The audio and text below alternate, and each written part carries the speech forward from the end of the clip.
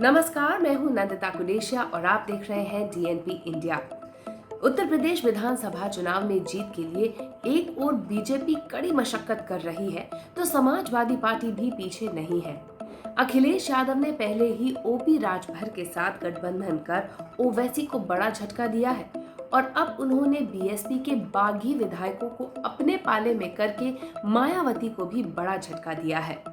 पिछले एक हफ्ते में समाजवादी पार्टी को बसपा के 8 बागी विधायक, 4 विधायकों वाली सुहेलदेव भारतीय समाज पार्टी, कांग्रेस के एक पूर्व विधायक और पूर्व सांसद के अलावा बीजेपी के एक विधायक का समर्थन मिला है।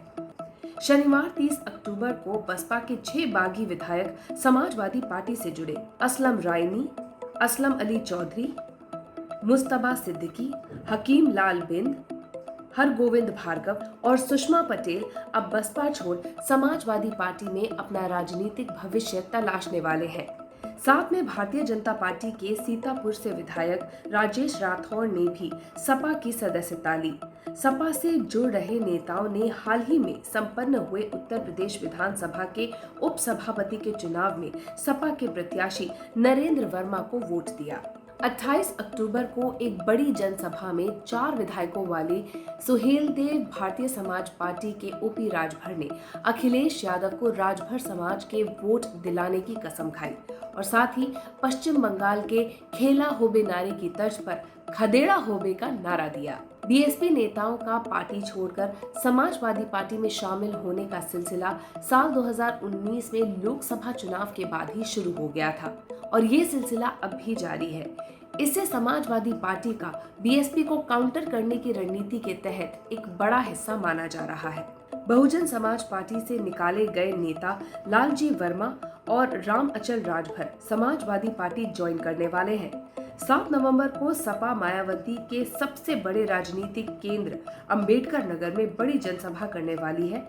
दोनों नेता उसी जनसभा में सपा का दामन थामने वाले हैं।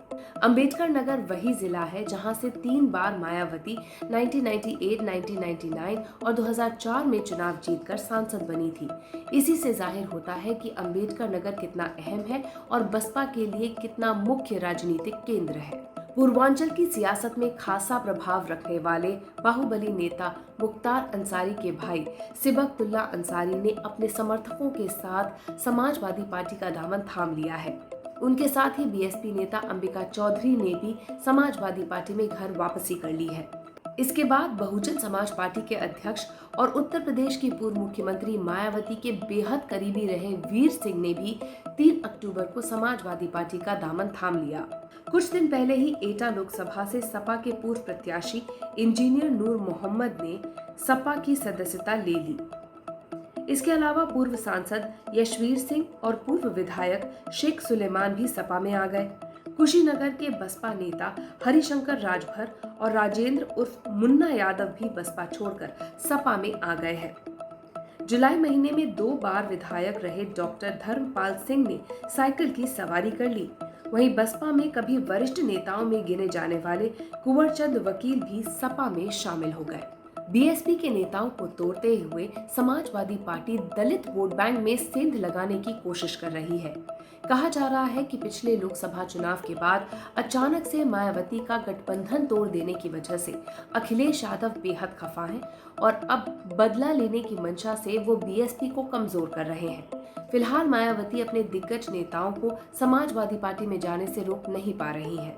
वहीं दूसरी तरफ दलित वोटर्स को रिझाने के लिए अखिलेश यादव ने बाबा साहेब वाहिनी विंग का गठन किया है। इस विंग के पहले राष्ट्रीय अध्यक्ष के तौर पर मिठाई लाल भारती की नियुक्ति की गई है।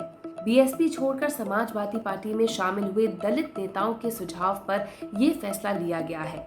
इस विंग का उद्देश्य है दलित वोटर्स को समाजवादी पार्टी से जोड़ना। मिठाई लाल भारती कुछ समय पहले ही बीएसपी छोड़कर समाजवादी पार्टी में शामिल हुए थे। बलिया के रहने वाले मिठाई लाल भारती बसपा के पूर्वांचल जोन के कोऑर्डिनेटर भी रह चुके हैं। समाजवादी पार्टी के नेताओं का मत है कि बीएसपी के नेताओं का सपा की तरफ रुझान बढ़ रहा है। 2007 में सोशल इंजीनियरिंग के सहारे पूर्ण बहुमत के साथ सत्ता में आई बीएसपी में जिन दिग्गज नेताओं को मंत्री बनाया गया था, उनमें से अब कुछ नाम मात्र ही पार्टी में बचे हैं।